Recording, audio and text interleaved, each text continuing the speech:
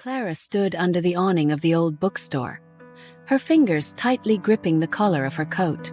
The rain fell in soft waves, draping the city in a silvery haze. Streetlights blurred into golden streaks, and she stared at them, trying to calm her racing heart. He was late. Elliot had promised to be here at their spot, the same bookstore where they'd collided 6 months ago. She'd been holding a stack of poetry books. He a coffee he nearly spilled. His crooked smile had disarmed her then, and now, the thought of it kept Clara rooted despite the cold and the storm. A shadow moved through the rain. Clara froze, her breath quickening. It was him. Elliot emerged from the veil of rain, his dark hair plastered to his forehead, his jacket soaked through. He smiled, that same smile that made her heart skip beats. Clara felt her resolve to stay composed melt like snow under the sun. "You're late," she teased, stepping toward him, her voice playful but laced with relief. "Blame the sky," he replied, his tone low, warm like an embrace. His gaze caught hers, and a shadow moved through the rain. Clara froze, her breath quickening. It was him. Elliot emerged from the veil of rain, his dark hair plastered to his forehead, his jacket soaked through.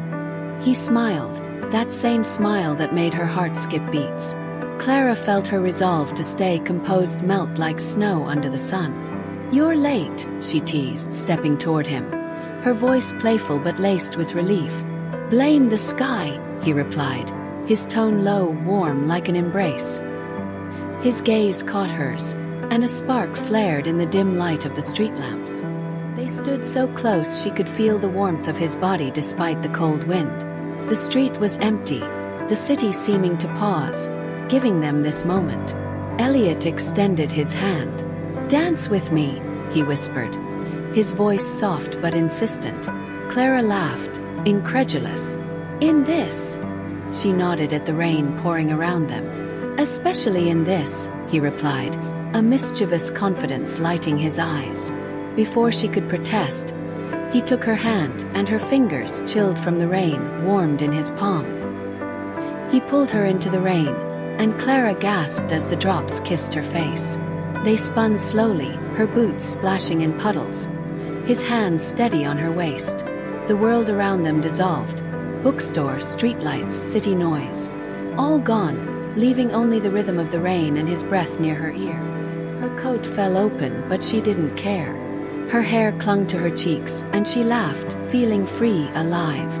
Elliot looked at her as if she were the only person in the world.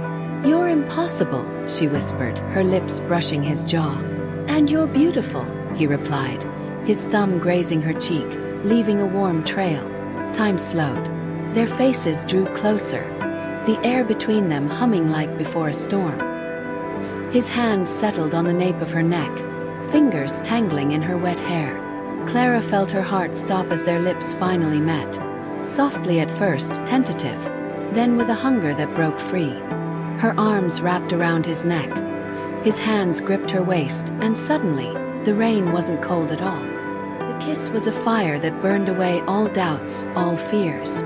They pulled apart, breathless, laughing, their foreheads touching.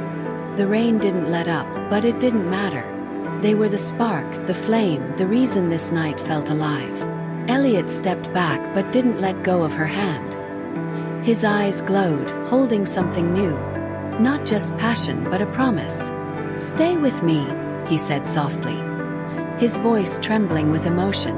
Clara felt warmth spread through her chest. She knew he didn't mean just this night. It was more, an invitation to something deeper, a world where they could be together, despite the rains, despite the storms. She smiled, her heart full.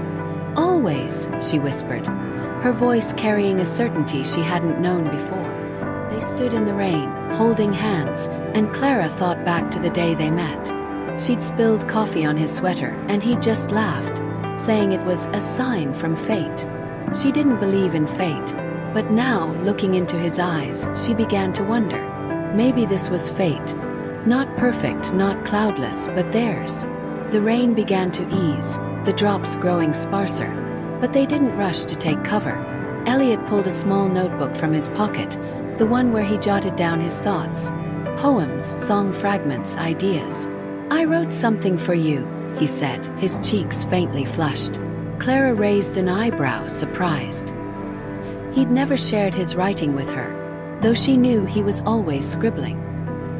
He opened the notebook, and in the dim glow of a street lamp, he read lines about a girl whose eyes burned like stars, whose laugh sounded like music.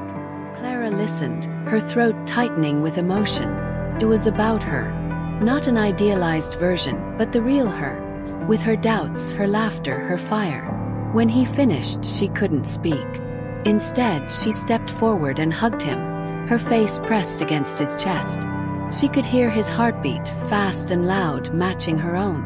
"That's the best thing I've ever heard," she finally said, her voice hoarse. Elliot laughed, his arms tightening around her. "You're my best thing," he replied, his words unwavering. The night was fading, the rain turning to a light drizzle. They walked back to the bookstore, where a light still glowed, and sat at a small table by the window. Elliot ordered 2 coffees, and they talked about everything and nothing, dreams, fears, what tomorrow might hold.